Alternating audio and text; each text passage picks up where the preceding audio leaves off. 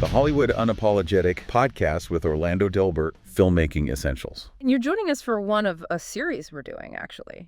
Yeah, looking into this whole democratization of filmmaking thing that's happening, like right now. It's a big shift. It really is.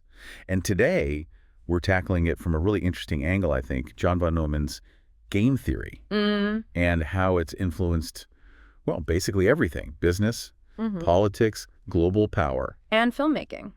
Especially thinking about these new Hollywood generation entrepreneurial filmmakers. Right, those navigating this whole democratization trend. Yeah, we've got that article, Game Theory in Business, from the IGFMR. Some key bits from John von Neumann's Wikipedia page, which is always useful. Definitely. And then there's key concepts for incorporating game theory into filmmaking from Premium Beat. And that Cinity piece, Trend of the Year, democratization in the filmmaking industry. So quite a mix. Yeah. And our mission here, yours and ours, is basically to connect the dots. How does this complex mathematical idea from this brilliant guy, Von Neumann. Yeah, von Neumann, how does it actually have tangible effects in so many different places, including, how movies get made today? It's a fascinating link. Okay, where should we start? Maybe with von Neumann himself. Good idea. So John von Neumann, Hungarian-American mathematician, physicist, lived 1903 to 1957. And the breadth of his work is staggering. We're focusing on game theory, but he was foundational in set theory, proof theory. Ergodic theory, functional analysis. Early computers, even weather prediction, just incredible output. Absolutely. So game theory itself developed in the 1940s with others too, not just him. Right. Primarily von Neumann and Oscar Morgenstern. And the core idea, the thing you really need to wrap your head around, is that it's a mathematical way to look at decision-making when things get competitive. Competitive meaning? Yeah. My outcome depends on what you do, and your outcome depends on what I do. Exactly. Strategic interactions. Analyzing how rational people or companies or even countries should behave when their fates are intertwined like that. Makes sense. And it started maybe in economics, but quickly spread. Oh, yeah. Business, political science. And as we're going to explore, it offers some pretty compelling ways to think about filmmaking, too. Okay, so let's ground this a bit. How does this theory actually show up in, everyday business decisions? That IGFMR article you sent has examples, right? It does. It lays out some key building blocks first, things like strategies. Strategies being the choices you can make. Yep. A specific move is a pure strategy. Or you might mix things up probabilistically. That's a mixed strategy. Okay. And then payoffs.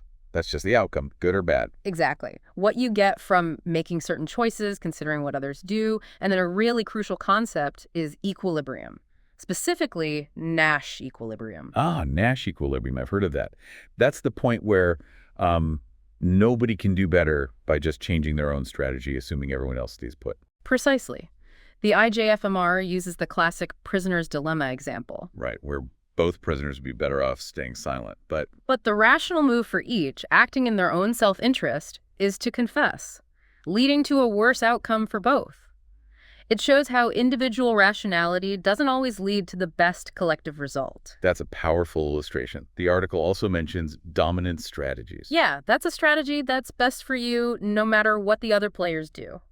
Doesn't always exist, but when it does, it simplifies things. And it distinguishes between different game types, cooperative versus non-cooperative. And sequential versus simultaneous. Do you make your move knowing what the other person did, or do you both decide at the same time? Got it. Okay, the case studies probably make this clear. Apple versus Samsung. How's game theory involved there? Oh, it's a perfect example. Constant strategic maneuvering. The IJFMR points out how they watch each other's pricing, promotions, launch dates. Like when a new iPhone comes out, Yeah. Samsung has to react with its Galaxy pricing. Exactly. Samsung analyzes Apple's pricing, anticipates market reaction, and adjusts its own strategy. It's a continuous game of move and countermove. Okay. What about Amazon versus Flipkart in e-commerce? They seem different. They are, and the IJFMR highlights that. Amazon generally has a larger market share, much higher revenue as of 2023. Right. Both use direct sales and third-party marketplaces, but their pricing feels different. Amazon often uses very dynamic, sometimes aggressive pricing. Reacting fast. Yeah. Flipkart often leans more on big discount events, that kind of thing. Plus, their service bundles Prime versus Flipkart Plus and recent pushes like Amazon and groceries or Flipkart with private labels. It's all strategic positioning within the game. Makes sense. And the classic one, Coke versus Pepsi. The Cola Wars, a prime example of using mixed strategies in marketing and pricing over decades. The IGFMR actually models their pricing. Yeah, it talks about their reaction functions, how one might adjust price based on the other's price, and it even calculates a potential Nash equilibrium price point. Really? What was it? Around $1.14 for Coke and $1.09 for Pepsi in their model. It shows how their pricing is deeply interconnected, leading to a somewhat stable, but obviously still very competitive situation. Fascinating. Okay, one more business case. Infosys in IT. That sounds different. It is. It highlights cooperative game theory. Infosys, according to the IJFMR, uses strategic alliances teaming up with others to compete better against bigger global players. So collaborating within the game. Exactly. And using repeated game models for bidding on big contracts, meaning they consider the long-term relationship, not just a single bid. Their growth from 2019 to 2023 suggests this cooperative strategy is working for them. Okay, so we're seeing clear applications in business, from tech to cola to IT services. How do we bridge this to filmmaking? Seems like a different world. It does, but the Premium Beat article draws some really smart parallels. It argues that filmmakers are constantly making strategic decisions that fit these game theory concepts, like the mini-max idea. Mini-max, and minimize the maximum potential loss. Right. Exactly. So in filmmaking terms, maybe you're on a tight schedule, tight budget. Do you go for the incredibly ambitious, potentially amazing shot that might fail or take too long? Or do you choose the decent, reliable shot that keeps you on track? So choosing the lesser of potential evils to guarantee completion? Kind of, yeah. Managing downside risk. Then there's the principal-agent problem. Like dealing with agents. Precisely. A filmmaker, the principal, needs an actor, but deals with the actor's agent, the agent. The agent's main incentive might be their commission. Which might not perfectly align with the filmmaker's goal of getting the best actor for their specific, maybe lower budget project. Right. The agent might push for bigger projects. Premium Beat suggests filmmakers might need strategies to, say, communicate directly with the actor sometimes to get around that potential misalignment. That makes a lot of sense. What about the free rider problem? Piracy, I assume. It's the main one in film, yeah. People consuming the content without paying. Premium Beat suggests thinking about making the content less like a simple commodity. Building a community, maybe using social media or platforms like Patreon for direct engagement, offering exclusive content or merchandise, like musicians do. Make fans want to support you directly, rather than just grabbing a file, decommodifying it. Interesting approach.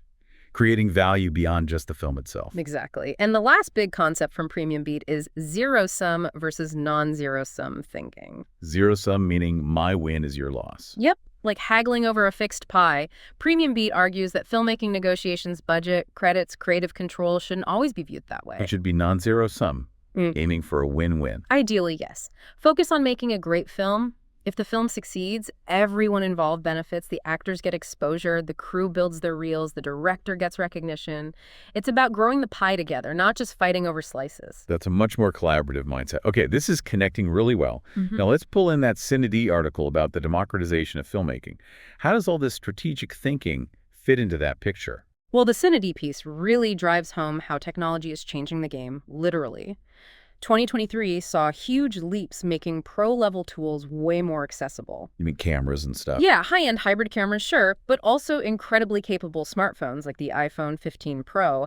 And even if you can't afford the absolute top tier, like a Sony A9 III or a GFX 100 II. There are amazing options like the Nikon Z8 or the Panasonic S5 IKX. Exactly. Powerful tools are getting into more hands. And then there's AI. Right, AI's role. Cindy mentions speeding up workflows. Yeah, things like generative fill for reframing shots, auto-generating subtitles, tools that cut down time and cost, potentially opening doors for creators with fewer resources. It's not replacing creativity, but it's definitely democratizing parts of the process. Okay, so the tools are more available, more people can make films. How does game theory become more important for these filmmakers, this new Hollywood generation? Because accessibility creates a more complex, crowded, and competitive landscape. Having the tools is one thing. Successfully navigating production, distribution, and finding an audience in this new environment is another challenge entirely. So more players in the game means strategy becomes even more critical. Absolutely. These entrepreneurial filmmakers have more freedom, but they need to think strategically.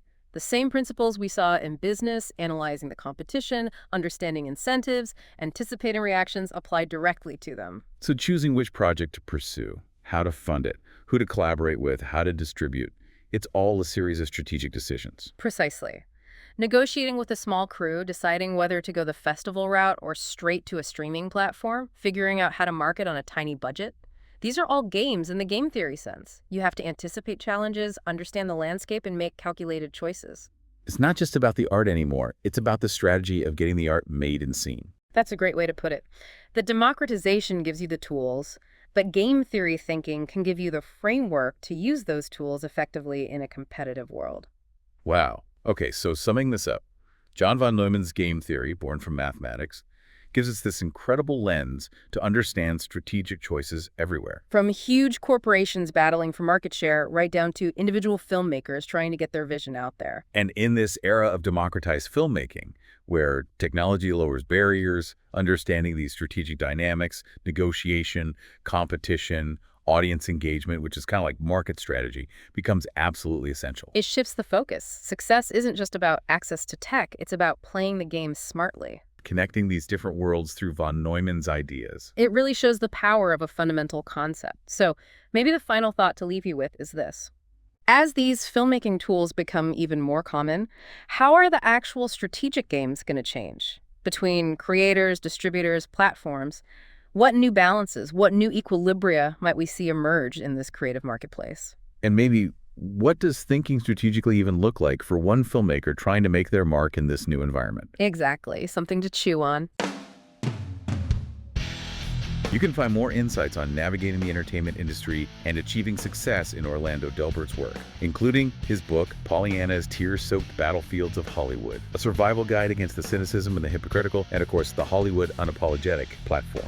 And always remember, you are the key to your own success. You are the new Hollywood generation. Be informed, be prepared, and most importantly, be great. That's it. Be great. Good luck out there. See you next time.